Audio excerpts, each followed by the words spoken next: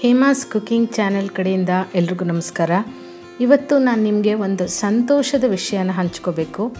ಇವತ್ತು Hema's cooking 50,000 ಸಬ್ಸ್ಕ್ರೈಬರ್ನ reach ಆಗಿದೆ. ಇದೆಲ್ಲ ಸಾಧ್ಯ ಆಗಿದ್ದು ನಿಮ್ಮಗಳಿಂದ, ನಿಮ್ಮ ಸಹಕಾರ ಪ್ರೋತ್ಸಾಹದಿಂದ ನಾನು ಇಷ್ಟರ ಮಟ್ಟಿಗೆ ಬೆಳೆಯೋದಕ್ಕೆ ಸಾಧ್ಯ ಆಗಿದ್ದು. ಹಾಗಾಗಿ ನಿಮ್ಮೆಲ್ಲರಿಗೂ ನನ್ನ ಕಡೆಯಿಂದ ಹೃತ್ಪೂರ್ವಕ ಧನ್ಯವಾದಗಳು.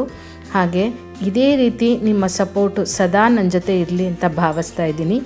ಹೀಗಾಗಿ ಇವತ್ತು ನಾನು ನಿಮಗೆ ಒಂದು ಸ್ವೀಟ್ ರೆಸಿಪಿನ ಮಾಡಿ ತೋರಿಸೋಣ ಅನ್ಕೋತಾ ಇದ್ದೀನಿ. ಹಾಗೆ ಈ ಸ್ವೀಟ್ ರೆಸಿಪಿ ನಿಮ್ಮೆಲ್ಲರಿಗೋಸ್ಕರನೇ. ಬನ್ನಿ ಈ ಸ್ವೀಟ್ ರೆಸಿಪಿ ಯಾವುದು ಅಂತ ನೋಡೋಣ. ಅದಕ್ಕೂ ಮುಂಚೆ ನೀವು ನನ್ನ ಚಾನೆಲ್ಗೆ ಹೊಸಬರಾಗಿದ್ದರೆ ದಯವಿಟ್ಟು ಸಬ್ಸ್ಕ್ರೈಬ್ ಮಾಡ್ಕೊಳ್ಳಿ. ಹಾಗೆ ಪಕ್ಕದಲ್ಲಿ ಕಾಣೋ ಬೆಲ್ನ ಕ್ಲಿಕ್ ಮಾಡಿದಾಗ ನಾನು ಯಾವುದೇ ಹೊಸ ವಿಡಿಯೋ ಅಪ್ಲೋಡ್ ಮಾಡಿದ್ರೂ ನಿಮಗೆ ನೋಟಿಫಿಕೇಷನ್ಗಳು ಬರುತ್ತೆ. ಇವತ್ತು ಮಾಡ್ತಾ ಇರೋ ನಾನು ಸ್ವೀಟ್ ರೆಸಿಪಿ ಯಾವುದು ಅಂದರೆ ಬೇಸಿನ್ ಬರ್ಫಿ ಅಥವಾ ಕಡಲೆ ಹಿಟ್ಟಿನ ಬರ್ಫಿ ಅಂತ ಕೂಡ ಹೇಳ್ಬೋದು. ಇದಕ್ಕೆ ನಾನಿಲ್ಲಿ 1.5 ಕಪ್ಪಷ್ಟು ಕಡಲೆ ಹಿಟ್ಟನ್ನು ತೊಗೊಂಡಿದ್ದೀನಿ. ಈ ಕಪ್ ಮೆಷರ್ಮೆಂಟಲ್ಲಿ 1.5 ಕಪ್ಪಷ್ಟು ಕಡಲೆ ಹಿಟ್ಟನ್ನು ತೊಗೊಂಡಿದ್ದೀನಿ. ನೀವು ಯಾವುದೇ ಲೋಟ ಅಥವಾ ಕಪ್ ಅಳತೆನಲ್ಲಿ ಕಡಲೆ ಹಿಟ್ಟು ತೊಗೊಳ್ತೀರಲ್ಲ, ಅದೇ ಲೋಟದಲ್ಲಿ ಉಳಿದ ಪದಾರ್ಥಗಳನ್ನ ತೊಗೋಬೇಕು.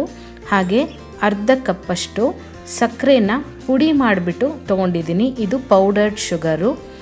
1/4 ಕಪ್ಪಷ್ಟು ಚಿರೋಟಿ ರವೆ. ಇದನ್ನು ನೀವು ಈಗ ದಪ್ಪ ರವೆ ಇದ್ದರೆ, ಉಪ್ಪಿಟ್ಟಿನ ರವೆ ಇದ್ದರೆ ಒಂದು ರೌಂಡು ಮಿಕ್ಸಿಗೆ ಹಾಕಿ ಕೂಡ ತೊಗೋಬೋದು. ಇಲ್ಲಾಂದರೆ 1/4 ಕಪ್ಪು ಚಿರೋಟಿ ರವೆ, ಅರ್ಧ ಕಪ್ಪಷ್ಟು ತುಪ್ಪ ಬೇಕಾಗತ್ತೆ. ಬನ್ನಿ ಈಗ ಮಾಡೋದು ಹೇಗೆ ಅಂತ ನೋಡೋಣ. ಈಗ ಒಂದು ಬಾಣಲಿನ ಬಿಸಿಗಿಟ್ಟು ಇದಕ್ಕೆ ಅರ್ಧ ಕಪ್ಪಷ್ಟು ತುಪ್ಪನ ಸೇರಿಸ್ಕೊತಾ ಇದ್ದೀನಿ. ತುಪ್ಪ ಒಂದು ಸ್ವಲ್ಪ ಬಿಸಿ ಆಗ್ತಾ ಇದ್ದಂಗೆ ಇದಕ್ಕೆ ಕಡಲೆ ಹಿಟ್ಟನ್ನು ಸೇರಿಸ್ಕೋಬೇಕು. ಕಡಲೆ ಹಿಟ್ಟನ್ನು ಹಾಕ್ಕೊಂಡು ತುಪ್ಪದ ಜೊತೆ ಹೊಂದ್ಕೊಳ್ಳೋ ರೀತಿ ಇದನ್ನು ಮೊದಲು ನಾವು ಚೆನ್ನಾಗಿ ಮಿಕ್ಸ್ ಮಾಡಬೇಕು. ನೆನಪಿರಲಿ, ಗ್ಯಾಸ್ನ ಆದಷ್ಟು ಲೋ ಫ್ಲೇಮ್ನಲ್ಲಿ ಇಟ್ಕೊಂಡು ಇದನ್ನು ನಿಧಾನಕ್ಕೆ ಹುರ್ಕೋಬೇಕಾಗತ್ತೆ. ನಾವು ಯಾವುದೇ ಸ್ವೀಟ್ ಮಾಡಬೇಕಾದ್ರೂ ಪೇಷನ್ಸು ತುಂಬ ಮುಖ್ಯ ಆಗುತ್ತೆ. ನಾವು ಗಡಿಬಿಡಿನಲ್ಲಿ ಮಾಡೋದಕ್ಕಂತೂ ಆಗಲ್ಲ. ಸ್ವೀಟ್ಗಳನ್ನ ಸ್ವಲ್ಪ ತಾಳ್ಮೆಯಿಂದ ಮಾಡಿದಾಗ ಎಂಥ ಸ್ವೀಟ್ ಆದ್ರೂ ಬಹಳ ರುಚಿಯಾಗಿ ಹಾಗೆ ಕರೆಕ್ಟ್ ಮೆಷರ್ಮೆಂಟಲ್ಲಿ ಮಾಡ್ಕೋಬೋದು. ಈಗ ನೋಡಿ, ನಾನು ಲೋ ಫ್ಲೇಮ್ನಲ್ಲಿ ಇಟ್ಕೊಂಡು ಇದನ್ನು ಒಂದು 3ರಿಂದ 4 ನಿಮಿಷ ಇದನ್ನು ಫ್ರೈ ಮಾಡ್ಕೊಂಡಿದ್ದೀನಿ. ನಿಮಗೆ ಮಧ್ಯದಲ್ಲಿ ಅದು ಗಂಟುಗಳು ಅಂತ ಅನಿಸಿದ್ರೂ ಕೂಡ ನಂತರ ಅದೆಲ್ಲ ಕರಗೋಗ್ಬಿಡುತ್ತೆ. ನಿಧಾನಕ್ಕೆ ಫ್ರೈ ಮಾಡ್ಕೋಬೇಕಾಗತ್ತೆ. 3ರಿಂದ 4 ನಿಮಿಷ ಫ್ರೈ ಆದಮೇಲೆ ಇದಕ್ಕೆ 1/4 ಕಪ್ಪಷ್ಟು ಚಿರೋಟಿ ರವೆನ ಸೇರಿಸ್ಕೋಬೇಕು. ನೆನಪಿರಲಿ, ಸಣ್ಣ ರವೆನ ಹಾಕ್ಕೊಳ್ಳಿ. ಇದು ನಿಮಗೆ ತಿನ್ನುವಾಗ ಒಂದು ಸ್ವಲ್ಪ ಕ್ರಂಚಿಯಾಗಿ ತುಂಬ ಚೆನ್ನಾಗಿರುತ್ತೆ ಟೇಸ್ಟು. ಇದನ್ನು ಕೂಡ ಹಾಕ್ಕೊಂಡು ಕಡಲೆ ಹಿಟ್ಟು ಜೊತೆಗೆ ಚೆನ್ನಾಗಿ ಮಿಕ್ಸ್ ಆಗೋ ರೀತಿ ಇದನ್ನು ಮಿಕ್ಸ್ ಮಾಡಿಕೊಂಡು ನಂತರ ಇದನ್ನು ಕೂಡ ಫ್ರೈ ಮಾಡ್ಕೋಬೇಕು. ಈ ಕಡಲೆ ಹಿಟ್ಟು ಏನಂದರೆ ನಿಮಗೆ ಹೊಂಬಣ್ಣ ಬರೋವರೆಗೂ ನೀವು ಇದನ್ನು ಫ್ರೈ ಮಾಡ್ಕೋಬೇಕು. ಅಂದರೆ ಸ್ವಲ್ಪ ಲೈಟ್ ಗೋಲ್ಡ್ ಬ್ರೌನ್ ಬರೋವರೆಗೂ ನೀವು ಇದನ್ನು ಹುರ್ಕೋಬೇಕಾಗತ್ತೆ. ಈ ರೀತಿ ಹುರ್ಕೊಳ್ಳೋದಕ್ಕೆ ಸುಮಾರು 8ರಿಂದ 10 ನಿಮಿಷ ಬೇಕಾಗತ್ತೆ. ಇದೇ ಮೇನ್ ಸ್ಟೆಪ್ಪು ನಿಮಗೆ ಈ ಬರ್ಫಿನಲ್ಲಿ. ನೀವು ಎಷ್ಟು ಚೆನ್ನಾಗಿ ಕಡಲೆ ಹಿಟ್ಟನ್ನು ಹುರ್ಕೋತಿರೋ ಅಷ್ಟು ಚೆನ್ನಾಗಿರುತ್ತೆ ನಿಮ್ಮ ಬರ್ಫಿ. ಹಾಗೆ ನಿಮಗೆ ಹುರ್ಕೊಳ್ಳುವಾಗ ಇದು ಕೆಲವೊಂದು ಸರಿ ಏನಾಗುತ್ತೆ, ಸ್ಟಾರ್ಟಿಂಗಲ್ಲಿ ಡ್ರೈ ಅನಿಸುತ್ತೆ. ಆದರೆ ಕ್ರಮೇಣ ನೀವು ಹುರ್ಕೋತಾ ಏನಾಗುತ್ತೆ, ಅದರಲ್ಲಿರೋ ತುಪ್ಪದಂಶ ಬಿಡ್ತಾ ಬರುತ್ತೆ. ಈಗ ಚೆನ್ನಾಗಿ ಫ್ರೈ ಆದಮೇಲೆ ನಾನು ಇದಕ್ಕೆ ಸಕ್ಕರೆ ಪುಡಿನ ಸೇರಿಸ್ಕೊತಾ ಇದ್ದೀನಿ. ಸಕ್ಕರೆ ಪುಡಿನ ಹಾಕ್ಕೊಂಡು ಇದನ್ನು ಕೂಡ ಚೆನ್ನಾಗಿ ಮಿಕ್ಸ್ ಮಾಡ್ಕೋಬೇಕು.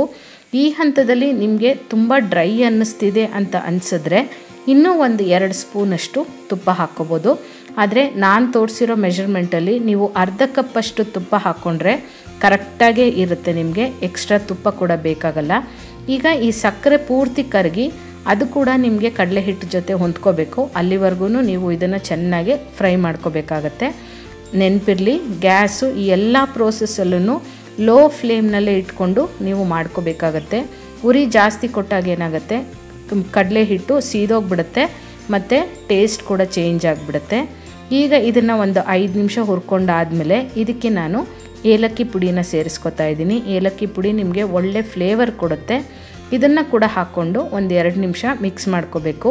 ಈ ಹಂತದಲ್ಲಿ ನಿಮಗೆ ಏನಂದರೆ ತುಪ್ಪ ಎಲ್ಲ ರಿಲೀಸ್ ಆಗಿಬಿಟ್ಟು ಇದು ಒಂದು ರೀತಿ ಮುದ್ದೆ ಕನ್ಸಿಸ್ಟೆನ್ಸಿ ಬರುತ್ತೆ. ಈಗ ನೋಡಿ, ಇಲ್ಲಿ ನೀವು ನೋಡ್ತಾ ಇದ್ದೀರಲ್ಲ, ಈ ರೀತಿ ಆಗುತ್ತೆ. ಇಷ್ಟು ಆಗಬೇಕು.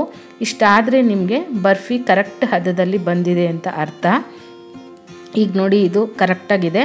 ನಾನು ಇನ್ನೂ ಒಂದೆರಡು ನಿಮಿಷ ಇದನ್ನು ಫ್ರೈ ಮಾಡ್ಕೋತಾ ಇದ್ದೀನಿ. ನಿಮಗೆ ಇದು ಪೂರ್ತಿ ಹಸಿ ವಾಸನೆ ಹೋಗಿರಬೇಕು, ನಂತರನೇ ನೀವು ಸಕ್ಕರೆ ಎಲ್ಲ ಹಾಕ್ಕೋಬೇಕಾಗತ್ತೆ. ಇದೊಂದು ನೆನಪಲ್ಲಿ ಇಟ್ಕೊಂಡ್ರೆ ನಿಮಗೆ ಬರ್ಫಿ ಕೆಡೋ ಚಾನ್ಸೇ ಇರಲ್ಲ. ಈಗ ಇದು ರೆಡಿಯಾಗಿದೆ. ಇದನ್ನು ನಾನು ಒಂದು ತುಪ್ಪ ಸವರಿದ ಟ್ರೇಗೆ ಹಾಕ್ಕೋತಾ ಇದ್ದೀನಿ. ಹಾಕ್ಕೊಂಡು ಇದನ್ನು ಕರೆಕ್ಟಾಗಿ ಎಲ್ಲ ಕಡೆ ಸ್ಪ್ರೆಡ್ ಮಾಡ್ಕೋಬೇಕು. ಇದನ್ನು ನೀವು ಲೆವೆಲ್ಲಾಗೆ ಸ್ಪ್ರೆಡ್ ಮಾಡಿಕೊಂಡು ತಿಕ್ನೆಸ್ನ ನೀವು ನೋಡ್ಕೊಳ್ಳಿ ಎಷ್ಟು ಬೇಕು ಅಂತ. ಬರ್ಫಿ ಕನ್ಸಿಸ್ಟೆನ್ಸಿ ಹೇಗಿರುತ್ತೆ ಅಂತ ನೋಡಿಕೊಂಡು ಅದರಷ್ಟು ದಪ್ಪ ಮಾಡಿಕೊಂಡ್ರೆ ಸಾಕಾಗತ್ತೆ. ಹಾಗೆ ಇದಕ್ಕೆ ನಾನಿಲ್ಲಿ ಗಾರ್ನಿಷಿಂಗಿಗೆ ಪಿಸ್ತಾ, ಬಾದಾಮಿ ತೊಗೊಂಡಿದ್ದೀನಿ. ಮತ್ತು ಇದರಲ್ಲಿ ನೀವು ನಟ್ಸ್ ಮಾತ್ರ ತೊಗೋಬೇಕಾಗತ್ತೆ. ಈಗ ದ್ರಾಕ್ಷಿ, ಅಂಜೂರ, ಖರ್ಜೂರ ಅದೆಲ್ಲ ಅಷ್ಟು ಸೂಟ್ ಆಗಲ್ಲ ಇದಕ್ಕೆ. ಹಾಗಾಗಿ ನಾನಿಲ್ಲಿ ಪಿಸ್ತಾ ಮತ್ತು ಬಾದಾಮಿನ ಮಾತ್ರ ತೊಗೊಂಡಿದ್ದೀನಿ. ಗೋಡಂಬಿನ ಕೂಡ ಉಪಯೋಗಿಸ್ಕೋಬೋದು. ಇದನ್ನು ಬರ್ಫಿ ಮೇಲೆ ಸ್ವಲ್ಪ ಲೈಟಾಗಿ ಸ್ಪ್ರೆಡ್ ಮಾಡ್ಕೋಬೇಕು. ಇದು ಕೂಡ ಇಷ್ಟೇ ಅಂತ ಇಲ್ಲ, ನಿಮಗೆ ಎಷ್ಟು ಬೇಕೋ ಅಷ್ಟು ಬರ್ಫಿಗೆ ಇದನ್ನು ಹಾಕ್ಕೋಬೋದು. ಇದು ಆಪ್ಷನಲ್ ಕೂಡ, ಇಲ್ಲದೇ ಇದ್ರೂ ಆಗುತ್ತೆ, ಇದ್ದರೆ ನೀವು ಹಾಕ್ಕೋಬೋದು. ಹಾಕ್ಕೊಂಡು ಇದನ್ನು ಒಂದು ಸ್ವಲ್ಪ ಟ್ಯಾಪ್ ಮಾಡಿಕೊಂಡ್ರೆ ನಿಮಗೆ ಬರ್ಫಿ ರೆಡಿ ಆಗುತ್ತೆ. ಇದು ಸೆಟ್ ಆಗೋದಕ್ಕೆ ಸುಮಾರು 3/4 ಗಂಟೆಯಷ್ಟು ಟೈಮ್ ಹಿಡಿಯುತ್ತೆ. ನೀವು ಇದನ್ನು ರೂಮ್ ಟೆಂಪರೇಚರ್ನಲ್ಲೇ ಹೊರಗಡೆ ಇಟ್ಕೊಂಡು ಸೆಟ್ ಮಾಡ್ಕೊಳ್ಳಿ. ಫ್ರಿಡ್ಜಲ್ಲಿ ಇಡೋ ಅವಶ್ಯಕತೆ ಏನಿಲ್ಲ. ಈಗ ನಟ್ಸ್ ಎಲ್ಲ ಹಾಕ್ಕೊಂಡಿದ್ದಾಗಿದೆ. ಒಂದು ಸ್ವಲ್ಪ ಇದನ್ನು ಟ್ಯಾಪ್ ಮಾಡ್ಕೋತಾ ಇದ್ದೀನಿ. ನಾವೇನು ನಟ್ಸ್ ಹಾಕಿದ್ದೀವಿ ಅದೆಲ್ಲ ಕಚ್ಕೊಳ್ಳೋದಕ್ಕೋಸ್ಕರ. ಈಗ ಇದನ್ನು ಒಂದು 3/4 ಗಂಟೆ ಅಷ್ಟಾದ್ರೂ ಸೆಟ್ ಆಗೋದಕ್ಕೆ ಬಿಡಬೇಕು.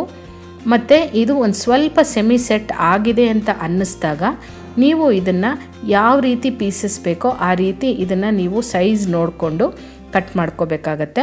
ಕಟ್ ಮಾಡಿಕೊಂಡ್ರೆ ನಿಮಗೆ ಬೇಸಿನ್ ಬರ್ಫಿ ಅಥವಾ ಕಡಲೆ ಹಿಟ್ಟಿನ ಬರ್ಫಿ ರೆಡಿ ಆಗುತ್ತೆ. ಇದು ನಿಮಗೆ ಒಂದು 15 ದಿನ ಆದ್ರೂ ಹೊರಗಡೆನೇ ಇಟ್ಕೊಂಡು ತಿನ್ಬೋದು, ಅಷ್ಟು ಚೆನ್ನಾಗಿರುತ್ತೆ ಮತ್ತು ಕೆಡೋದು ಕೂಡ ಇಲ್ಲ. ಈಗ ನೋಡಿ ಬರ್ಫಿ ರೆಡಿ ಆಯಿತು. ನಾನು ಇದನ್ನು ಒಂದು ಸ್ವಲ್ಪ ಬೇಗನೆ ಕಟ್ ಮಾಡಿ ನಿಮಗೆ ತೋರಿಸ್ತಾ ಇದ್ದೀನಿ. ಹಾಗಾಗಿ ನಿಮಗೆ ಇದು ಸಾಫ್ಟಾಗಿ ಅನ್ನಿಸ್ತಿದೆ. ಪೂರ್ತಿ ಸೆಟ್ ಆದಮೇಲೆ ನಿಮಗೆ ಕರೆಕ್ಟ್ ಕನ್ಸಿಸ್ಟೆನ್ಸಿನಲ್ಲಿರುತ್ತೆ.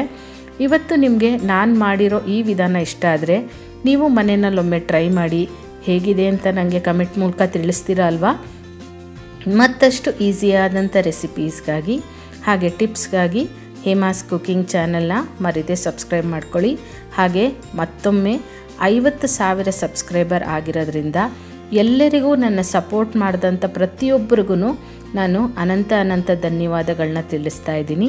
ಹಾಗೆ ಸ್ಕ್ರೀನ್ ಮೇಲೆ ಕಾಣ್ತಾ ಇರೋ ಫೋಟೋ ಮೇಲೆ ನೀವು ಕ್ಲಿಕ್ ಮಾಡಿದಾಗ ಕೂಡ ಆ ವಿಡಿಯೋಸ್ನ ಕೂಡ ವಾಚ್ ಮಾಡ್ಬೋದು. Thank you.